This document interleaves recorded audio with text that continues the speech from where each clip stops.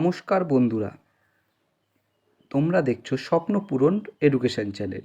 আজকের এই ভিডিওতে আমরা আলোচনা করব ওয়েস্ট বেঙ্গল পুলিশ রিক্রুটমেন্ট বোর্ডে জমা দেওয়া একটি গুরুত্বপূর্ণ আবেদনপত্র সম্পর্কে।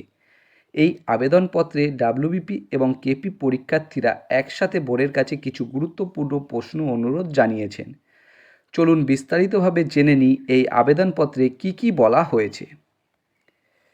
দেখো, 1 নম্বর পয়েন্ট তোমাদের বলা হয়েছে ডাব্লিউপি কনস্টেবল 2024 রেজাল্ট কবে।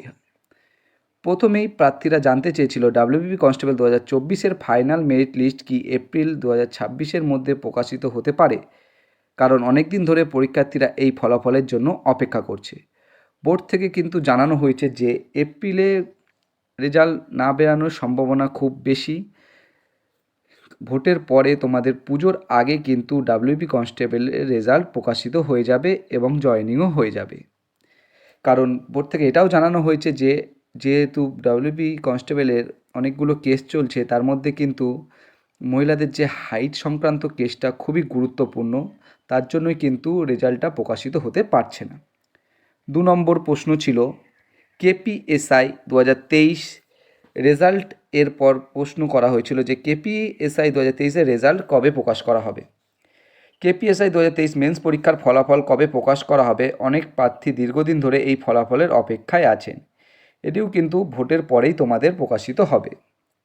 3 নম্বর প্রশ্ন রাখা হয়েছিল কেপি কনস্টেবল 2024 রেজাল্ট এখনও আরও একটি গুরুত্বপূর্ণ প্রশ্ন করা হয়েছিল। কেপি কনস্টেবল যেটা তোমরা পরীক্ষা দিয়েছিলে তার রেজাল্ট কবে প্রকাশ হতে পারে সেই সম্বন্ধে কিন্তু প্রশ্ন করা হয়েছিল।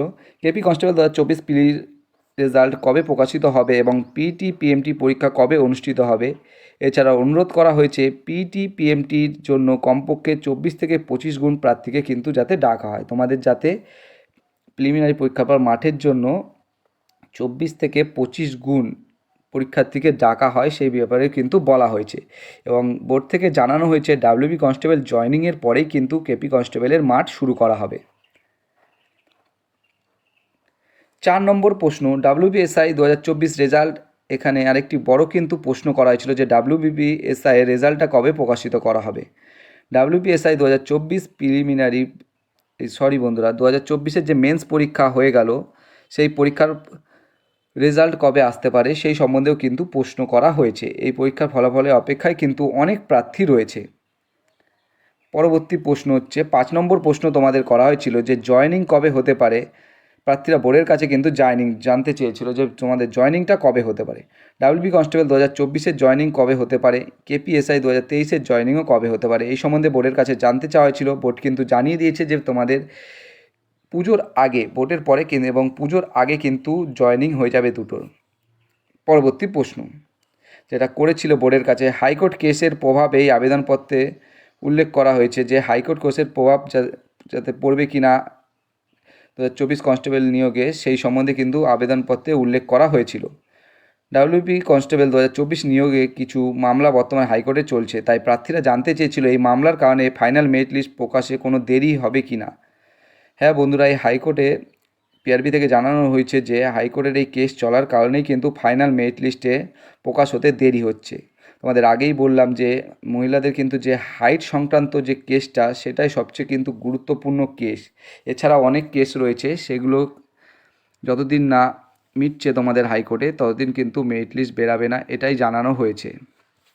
7 নম্বর যে প্রশ্নটা করা হয়েছিল নতুন নিয়োগ কবে বের হবে, প্রার্থীরা বোর্ডের কাছে কিন্তু জানতে চেয়েছিল যে নতুন নিয়োগ যেগুলো আগে আমাদের জানানো হয়েছিল যে নতুন নিয়োগগুলো কিন্তু কবে প্রকাশিত হবে সেটা কিন্তু বোর্ডের কাছে জানতে চাইছিল। নতুন নিয়োগ বিজ্ঞপ্তি বের হতে পারে পদগুলির যেমন WB constable, KP constable, WBSI, KPSI, wireless operator, excise SI এবং কনস্টেবল। এই যে পদগুলো তোমাদের নোটিফিকেশান বেরাবে বা নিয়োগে যে নেওয়া হবে সেটা কিন্তু বলা হয়েছিল, কিন্তু এটাও জানানো হয়েছে যে ডাব্লিউপি কনস্টেবল এবং পরীক্ষা কমপ্লিট হওয়ার পরে 2026-এই কিন্তু এই সব ভ্যাকেন্সিগুলো বেরাবে। এই ভ্যাকেন্সিগুলো কিন্তু 2026-এই বেরাবে, তাই তোমরা কিন্তু পড়াশোনায় কেউ ফাঁকি দিও না, পড়াশোনা তোমরা কিন্তু করতে থাকো। 2026-এই কিন্তু এর ফর্ম কিন্তু বেরাবে এবং তোমরা ফিল আপ করতে পারবে। 8 নম্বর প্রশ্ন 8 নম্বর প্রশ্ন একটি গুরুত্বপূর্ণ খুব প্রশ্ন, যেটা বলা হয়েছে এজ রিল্যাক্সেশনের দাবি করা হয়েছে। বয়সের যে ছাড় স্যার কিন্তু দাবি করা হয়েছিল বোর্ডের কাছে। কারণ তোমরা জানো ওবিসি ওবিসি সমস্যার কারণে নিয়োগে কিন্তু দেরি হয়েছে, তাই অনেক প্রার্থী বয়স সীমার কাছাকাছি পৌঁছে গেছেন ওবিসি গেছে। এই কারণে পরীক্ষার্থীদের কিন্তু দাবি করছে নতুন নিয়োগে এজ রিল্যাক্সেশন দেওয়া হোক। বয়স গণনার তারিখ কিন্তু তারা বলেছে 1 জানুয়ারি 2026 থেকেই যেন ধরা হয়, যে নতুন ফর্ম ফিল আপ শুরু হবে সেটা কিন্তু যাতে বয়সটা 1 জানুয়ারি 2026 থেকেই দেওয়া হয় এবং তাদের বয়সের যেন ছাড় দেওয়া হয়। 9 নম্বর প্রশ্ন, একটি খুবই গুরুত্বপূর্ণ প্রশ্ন। ওএমআর ট্রান্সপারেন্সি আরেকটি গুরুত্বপূর্ণ দাবি কিন্তু বোর্ডের কাছে রাখা হয়েছিল। কেপি কনস্টেবল 2024 প্রিলিজ এর ওএমআর সিট অনলাইনে প্রকাশ করা হোক। মেন্স পরীক্ষায় ওএমআর কার্বন কপি দেওয়া হোক। এতে নিয়োগের প্রক্রিয়ার কিন্তু স্বচ্ছতা বাড়বে। এটা কিন্তু সত্যি, যদি দেওয়া হয় খুবই ভালো হবে। বোর্ডকে আমাদের জানানো হয়েছে, তাই যদি এটা করে খুবই ভালো হবে এবং সত্যি নিয়োগে কিন্তু প্রক্রিয়ায় কিন্তু স্বচ্ছতা বাড়বে। 10 নম্বর প্রশ্ন, ইডব্লিউএস সার্টিফিকেট নিয়ে কিন্তু বোর্ডের কাছে জানতে চাওয়া হয়েছিল এবং এছাড়া প্রার্থীরা জানতে চেয়েছে স্যাটগভ ক্যাটাগরির ক্ষেত্রে কোনো ফিনান্সিয়াল ইয়ারের ইডব্লিউএস সার্টিফিকেট বৈধ করা হবে। মানে তোমাদের ইডব্লিউএস সার্টিফিকেটটা যে কোন বছরের বৈধ সেটা কিন্তু যাতে বোর্ড আগে থেকেই জানিয়ে দেয়, সেই সম্বন্ধে কিন্তু বলা হয়েছে। এবং শেষ কথা যেটা বলা হয়েছে তোমাদের, সর্বশেষ প্রার্থীরা বোর্ডের কাছে অনুরোধ করেছেন যদি কোনো আইনি বা প্রশাসনিক সমস্যা থাকে তাহলে দ্রুত সমাধান করা হোক, যাতে ডাব্লিউপি কনস্টেবল 2024-এর রেজাল্ট এবং কেপিএসআই 2023-এর রেজাল্ট দ্রুত প্রকাশ করা যায়। এটা কিন্তু বোর্ডের কাছে জানানো হয়েছে এবং বোর্ড বলেছে তারা চেষ্টা করবে যত তাড়াতাড়ি কেসগুলো মিটিয়ে তোমাদের রেজাল্ট প্রকাশ করা যায়। বন্ধুরা, তোমাদের কিন্তু আবেদনপত্রে এই জিনিসগুলোই কিন্তু বোর্ডের কাছে কিন্তু জানতে চাওয়া হয়েছিল এবং এগুলো বিস্তারিত আমি কিন্তু তোমাদের আলোচনা করে দিলাম।